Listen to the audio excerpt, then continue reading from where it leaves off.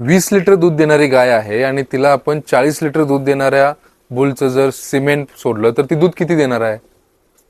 सगळ्यात महत्वाचा प्रश्न हा आहे. आणि ब्रीडिंग करत असताना सगळ्यात मोठी चूक लोकांची इथंच होते. सगळ्यात महत्वाचं म्हणजे तुमची गाय जर 20 लिटर दूध देणार असेल आणि तुम्ही एक चांगल्या रेकॉर्डची म्हणजे 40 ते 50 लिटर रेकॉर्डची बुलचं जर तुम्ही सिमेंट दिलात आणि त्याच्या पुढचं पिल्लू तुम्हाला तेवढंच दूध देणार आहे का? तर नाही. बऱ्याच लोकांचा गैरसमज काय होतोय की मी आता सिमेंट चांगलं दिलंय म्हटल्यावर आता याचं जे पिल्लू येणार आहे ते मला तेवढं दिलंच पाहिजे. सगळ्यात महत्वाची गोष्ट आहे की जे पिल्लू तुमचं तयार होणार आहे त्याच्यामध्ये 50% जीन्स जे असणार आहेत तुमच्या 20 लिटरच्या गाईचं असणार आहे आणि ते नंतर 40 लिटरचं तुम्ही घेणार त्याचे 50% असेल. त्याचं दूध वाढणार आहे का? 5 लिटरने वाढेल पण ते तेवढं देणार नाहीये.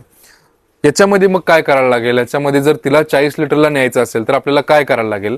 तर त्याच्यामध्ये तुम्हाला त्याच्या पिल्लूला परत वेगळ्या एका चांगल्या बुलचं सिमेंट देऊन त्याच्यापासून जी बेबी येणार आहे तिला परत आपल्याला डिलिव्हर झाल्यानंतर तिचं संगोपन चांगल्या पद्धतीनं करून परत तिचं असं जनरेशन थ्रू करायला पाहिजे. कारण जेनेटिक प्रोसेस जे आपण म्हणतो ती प्रोसेस तुमच्या एका ब्रीडिंगमध्ये नाही होणार आहे. तुम्हाला जर जेनेटिकल प्रोसेस जर तुम्ही व्यवस्थित पार पाडलात त्याची कमीत कमी असं अभ्यासात सुद्धा हे दिसून आलेलं आहे की 4 ते 5 जनरेशन जर तुम्ही एका गाईचं ब्रीडिंग जर केलं तर ती तुम्हाला त्यावेळी चांगल्या पद्धतीचं तुम्हाला जे एक्सपेक्टेड आहे तेवढं दूध देणार आहे. त्यामुळं एका वेतामध्ये किंवा एका डिलिव्हरीमध्ये तुमची गाय 20 पासून 40 मध्ये जाईल हा गैरसमज आताच डोक्यातून काढून टाका. कारण ब्रीडिंग ही एक लेंदी प्रोसेस आहे, खर्चिक प्रोसेस आहे आणि याच्यामध्ये सातत्य पण तेवढं ठेवलं पाहिजे आणि याच्यामध्ये पेशन्स खूप लागतात.